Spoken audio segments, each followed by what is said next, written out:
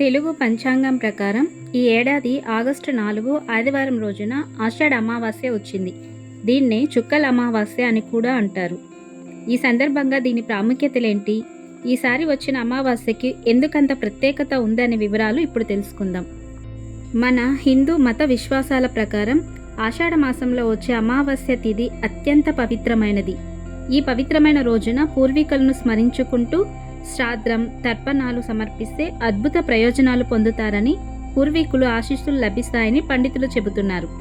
ఈ నేపథ్యంలో ఈ ఏడాది ఆగస్టు 4 ఆదివారం నాడు ఆషాఢ అమావాస్య వచ్చింది. ఈసారి పుష్యమి నక్షత్రంలో రావడంతో ఈ రోజున దాన ధర్మాలు చేయటం, గంగా స్నానం, ఇంట్లో ఆనందం, శాంతి, శ్రేయస్సు కలుగుతాయి. దక్షిణాయనం ప్రారంభమైన తర్వాత వచ్చే మొదటి అమావాస్య ఇదే. అయితే ఈ అమావాస్య వేళ కొన్ని పనులు పొరపాటున కూడా చేయకూడదు.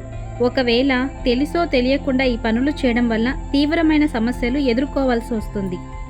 ఈ ఆషాఢ అమావాస్య వేళ ఏ పనులు చేయాలి, ఏ పనులు చేస్తే ఆర్థిక సమస్యల నుంచి ఉపశమనం పొందవచ్చనే ఆసక్తికరమైన విషయాల గురించి ఇప్పుడు తెలుసుకుందాం. ఆగస్టు 3 శనివారం మధ్యాహ్నం 3:31 నుండే అమావాస్య తిథి ప్రారంభమవుతుంది. మరుసటి రోజు అంటే 4వ తేదీ ఆగస్టు ఆదివారం మధ్యాహ్నం 3:50 వరకు ఉంటుంది. ఇదే రోజున పుష్యమి నక్షత్రం మధ్యాహ్నం 1:26 వరకు ఉంటుంది. ఈ ఆషాఢ అమావాస్య వేళ పూర్వీకుల సంతోషం కోసం తర్పణం, పిండ ప్రదానాలు, శ్రాద్ధ, కర్మ తదితర పూజలు చేస్తారు. అలాగే శ్రీ మహావిష్ణువును, లక్ష్మీదేవిని పూజించడం వల్ల అఖండ రాజయోగం లభించడంతో పాటు లక్ష్మీదేవి ఆశీస్సులు కూడా లభిస్తాయని శాస్త్రాల్లో పేర్కొన్నారు. అంతేకాదు ఆర్థిక సమస్యల నుంచి విముక్తి కూడా లభిస్తుంది. అయితే ఈ రోజున మీరు ఏమి చేయాలని నిర్ణయించుకున్నా అది మీ తల్లిదండ్రులకు కోపం తెప్పించకూడదనేది గుర్తుంచుకోవాలి. పూర్వీకులు కోపం కారణంగా మీరు మీ శాపానికి గురవుతారు.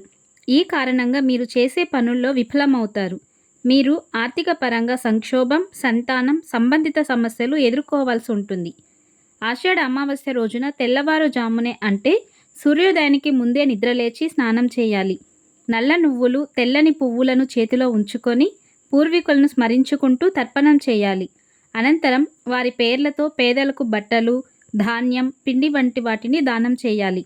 అలాగే ఉప్పు, చక్కెరను కూడా దానం ఇస్తే శుభ ఫలితాలు వస్తాయని పండితులు చెబుతున్నారు. ఆషాఢ అమావాస్య రోజున కుక్కలు, ఆవులు, కాకులు తదితర వాటిని హింసించడం వంటి పనులు చేయకూడదు. ముఖ్యంగా మూగజీవాలకి ఏదైనా ఆహారం ఇచ్చేటప్పుడు వాటికి హాని చేయకుండా ఉండటం మంచిది. అమావాస్య రోజున కుక్క, ఆవు లేదా కాకికి ఏదైనా ఆహారం తినిపిస్తే పూర్వీకుల అనుగ్రహం పొందవచ్చు. ఆషాఢ అమావాస్య వేళ భిక్షాటన చేయటానికి మీ ఇంటికి వచ్చిన వారిని ఖాళీ చేతులతో పంపకూడదు. అయితే హిందూ మత విశ్వాసాల ప్రకారం ఈ రోజున విరాళాలు ఇవ్వటం వంటివి చేయకూడదు. ఇదే రోజున పెద్దలను అవమానించడం వంటివి చేయకూడదు. దీనివల్ల వారి ఆత్మ బాధపడుతుంది. దీంతో మీకు నష్టం జరిగే అవకాశం ఉంటుంది. అదేవిధంగా ఆషాఢ అమావాస్య రోజు ఎంతో ప్రాముఖ్యత ఉండటం వలన ఈ ఆషాఢ అమావాస్య రోజున చెట్లు, మొక్కలకు నీరు పోయాలి. కొత్త మొక్కలు నాటేందుకు ఈరోజు అనుకూలంగా ఉంటుంది. ఇలా చేయడం వల్ల మీ జాతకంలో ఉండే గ్రహదోషం, పితృదోషాలు తొలగిపోతాయి. ఈ రోజున పొరపాటున కూడా చెట్లకు, మొక్కలకు హాని చేయకూడదు.